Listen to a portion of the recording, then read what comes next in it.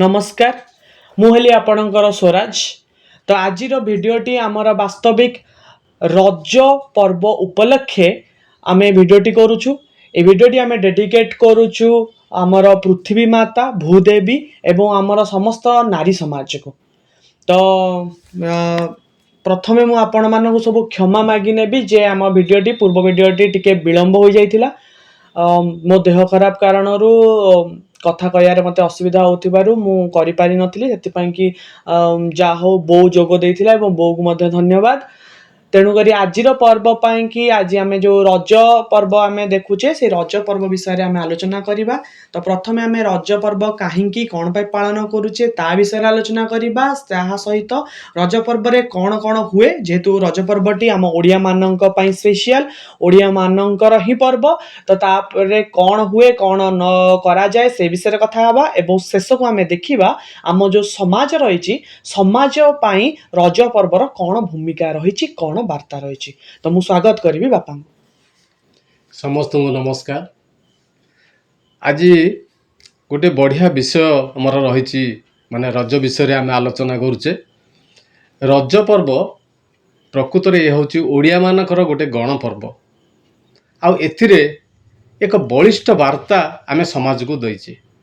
मु टिके पूर्वापर संपर्क कहूँ माने आमर भारतीय जो सनातन संस्कृति बा जो आर्य संस्कृति यह मुख्यतः कृषि भित्तिक माने प्रथमरू आमर कृषि उपरे निर्भरशील आमर समाज आउ अधिकांश लोक ही चाष उपरे निर्भर करथांती।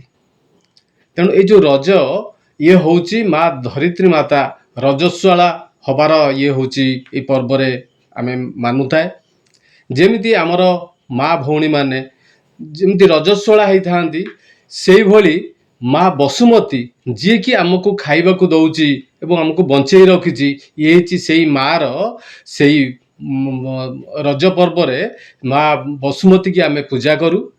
तेणु या पूर्व आम देखा गोटे शिशुटीए माँ स्तन खाई सारा पर जिते बड़े माने तलू माने खाइबा आरंभ करे से ही पृथ्वी बक्षर किसी खाद्य खाई थाए। एपरिक शेष निश्वास त्याग कला पर्यंत माँ धरणी उत्पन्न खाद्य से खाई थाए। सेथिपाई जननी जन्मभूमिश्च स्वर्गादपि गरियसी। आ जननी जन्मभूमि जी माँ आमको जन्म कला जेमती महान सेमती जन्मभूमि ये माटी माँ से भली आमर महान एवं आमे आमर चिर नमस्या होची आमर जननी माँ माटी माँ। तेणु ये जो पर्व करा होची आमर समस्त कृषक माने विशेष करी कृषि भित्तिक आमर परिवार थिबारु आमे प्रथमे कौन हुए ना रज जेतेबेले आरंभ हबो रजटा आरंभ हुए केबे ना एटा होची सौर मास गणना रे रज आरंभ होई थाए। विशेष करी वृष संक्रांति पर मिथुन संक्रांति आसे। रज संक्रांति सेटा होची मिथुन संक्रांति ता पूर्व दिन सेटा होची पहली रज। प्रथमे आमे अतीत कथा आमे देखिबा प्रथमे रज 5 दिन पालन करा जाउथला। प्रथम दिन माने पूर्व रजर पूर्व दिन टाकू सजबाज कहउथला। तापरे से होची गोटे दिन ता पर दिन टाकू आमे कहउथले पहली रज बा प्रथम रज। तापरे तृतीय दिन जोटा सेटा होची रज संक्रांति। रज संक्रांति पर हैला हमर भू दहन तापरे शेष दिन हैला बसुमती स्नान।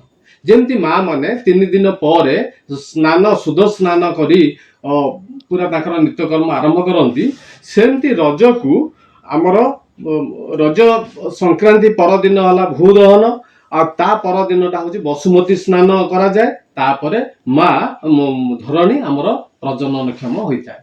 आ एही समय भी आमर मौसुमी वायु ठीक आसिकरी आमर ओडिशा भूमि रे पहुंची थाए।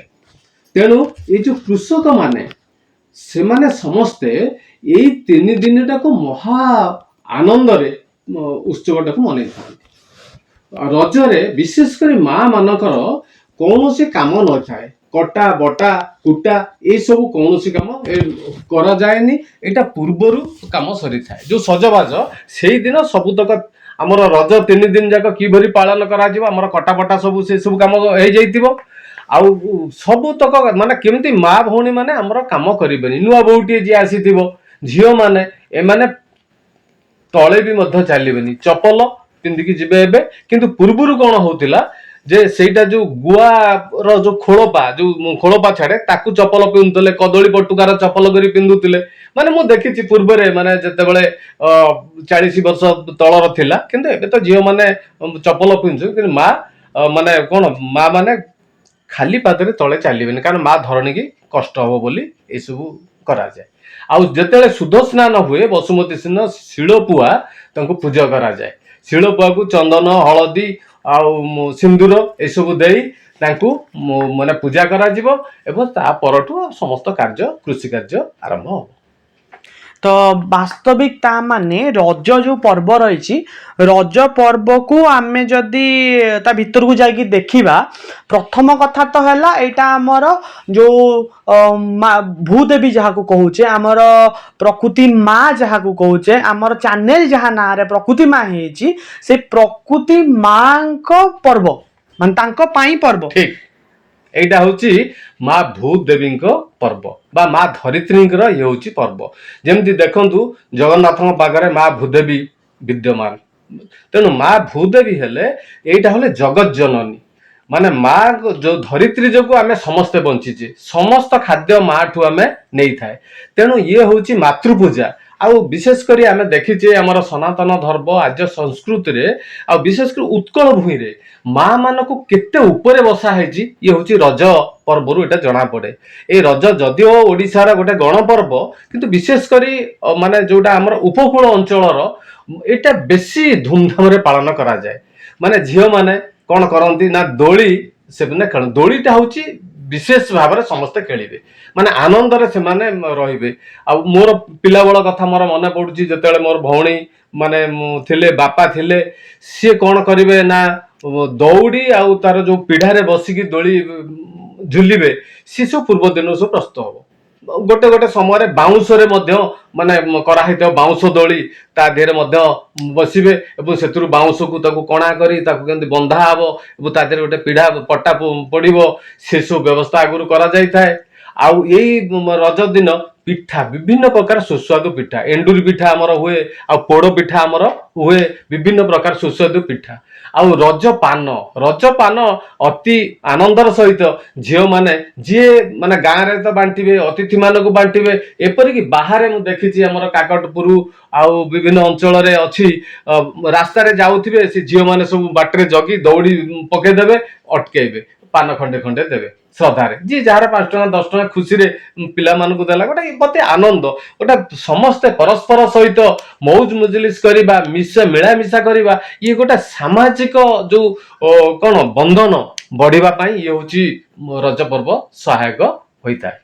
ତେଣୁ ରଜ ପର୍ବ ହଉଛି ଆମର ନାରୀ ସ୍ୱାଧୀନତା ବା ନାରୀ ପରିପକ୍ୱ ଅବସ୍ଥା ବା ମା ଜଗତ ଜନନୀଙ୍କର ପୂଜା ହଉଛି ରଜ ପର୍ବ।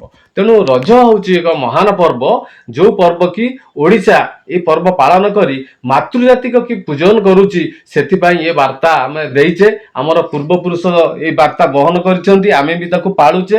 ଆଉ ଏବେ କେମିତି ପାଳୁଛେ ଆମେ ବି ଆଲୋଚନା କରିବା। ତା ମାନେ ଆମେ ଦେଖୁଛେ ଯେମିତିକି ବାସ୍ତବିକ କହିବାକୁ ଗଲେ ମୁଁ ବି ଶୁଣିଛି, ଯେମିତି ବାପା କହିଲେ ତାଙ୍କ ଗାଁ କଥା, ସେମିତି ବୋଉଠୁ ବି ମୁଁ ଶୁଣିଛି। ଯେତେବେଳେ ମୋର ଅଜା ସମୟରେ ଥିଲେ, ଅଜା ଏଇ ରଜ ପର୍ବରେ ବହୁତ ଉତ୍ସାହିତ ଥାନ୍ତି। ଅଜା ଆଈ ମୋ ମନେ ଅଛି, ଆଈ ଗାଁରୁ ଆସିକି ଭୁବନେଶ୍ୱର ରହିଲା ବେଳ ଯାଇକେ ବି ପୋଡପିଠା କରନ୍ତି, ଗୋଲିଅପା ସହିତ ମିଶିକି ପୋଡପିଠା ଆମେ ଖାଇଛୁ, ରଜର ଯୋଉଟା ମୁଖ୍ୟ ଆକର୍ଷଣ ଭିତରୁ ଗୋଟେ।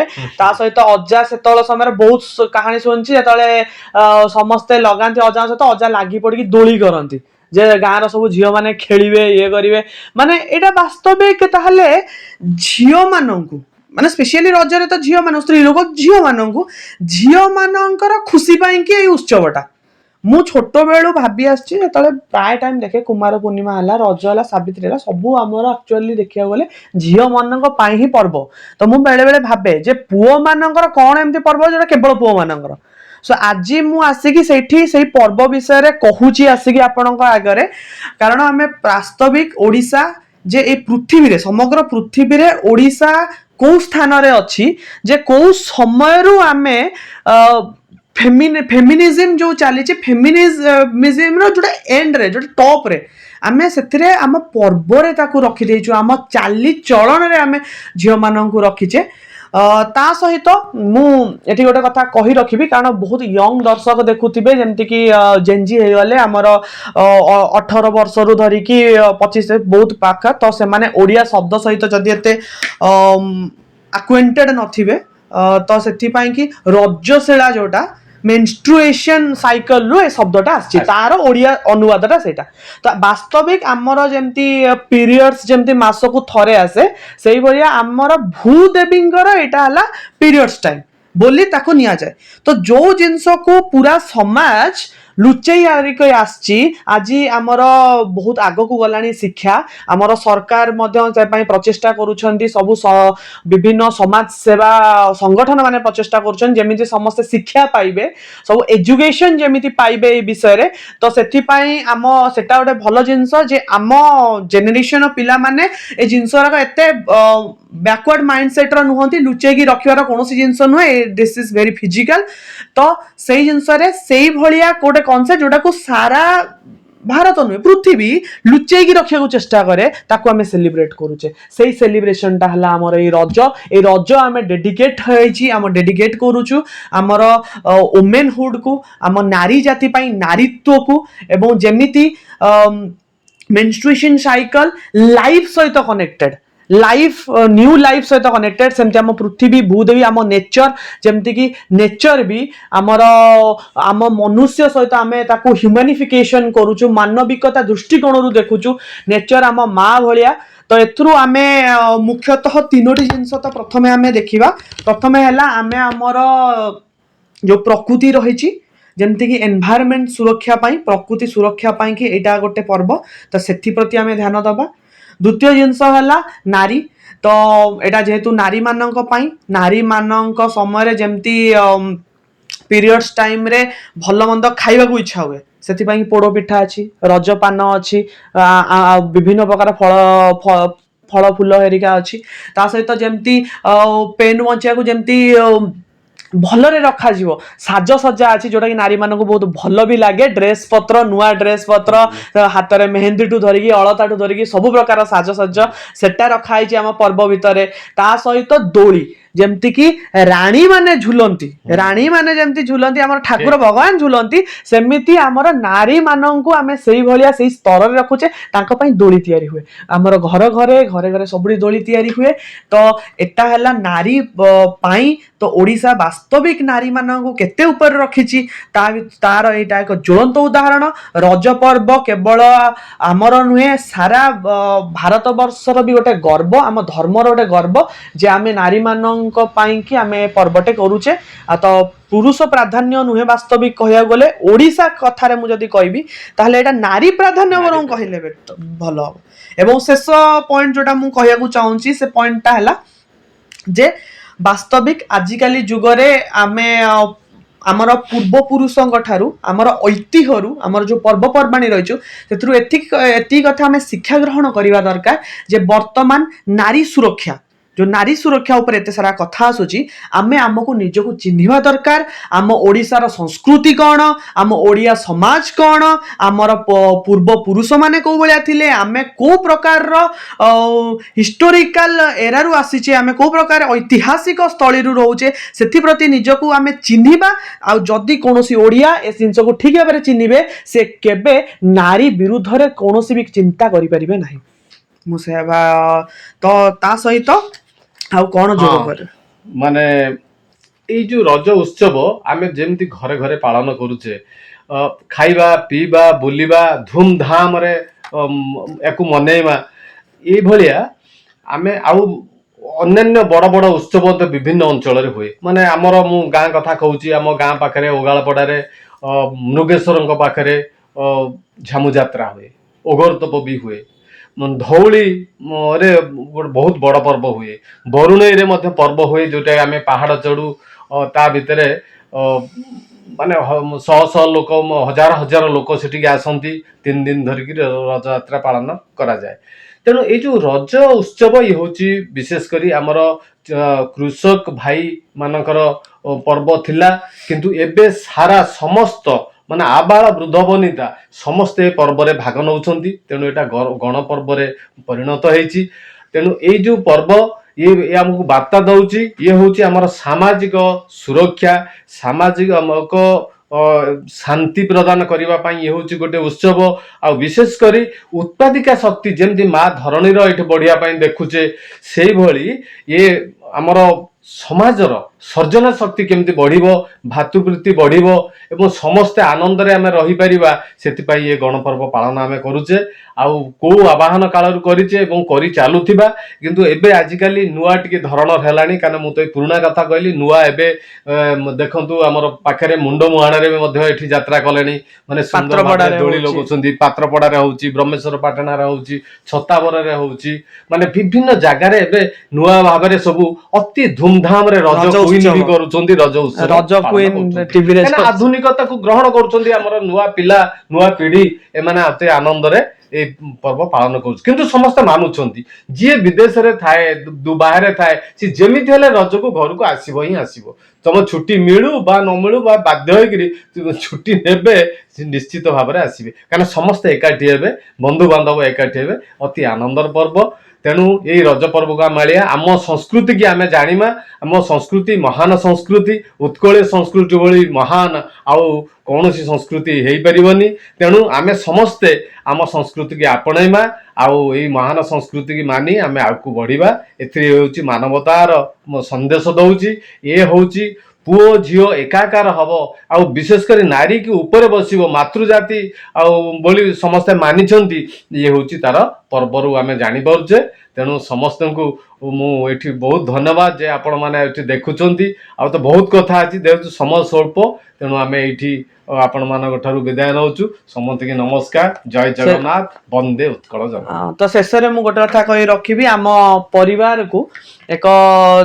किछि दिन पूर्व मोर कजिन ब्रदर जी तांकर गोटे छोट कुनी कन्या संतानटे हेची आ कन्या संतान आम परिवार को आसिला परे जेतबेले ताकू माने देखिला परे ए रजटा जेमिति आहुरी खुशी अनुभव होउची जेमिति आमे आशा करू ओडिया माने सेही परि भाबरे ओडिया निजर ओडिया जाति को चिन्हतु आउ शपथ करंतु जे ओडिया हिसाब रे जेमती ओडिशा को एमिति भाबरे गढ़ी तोलिबे पूरा भारत को एमिति भाबरे गढ़ी तोलिबे जेमिति कि नारी सुरक्षा शब्दर आवश्यकता भी पड़िबनी। जय जगन्नाथ वंदे उत्कल जननी।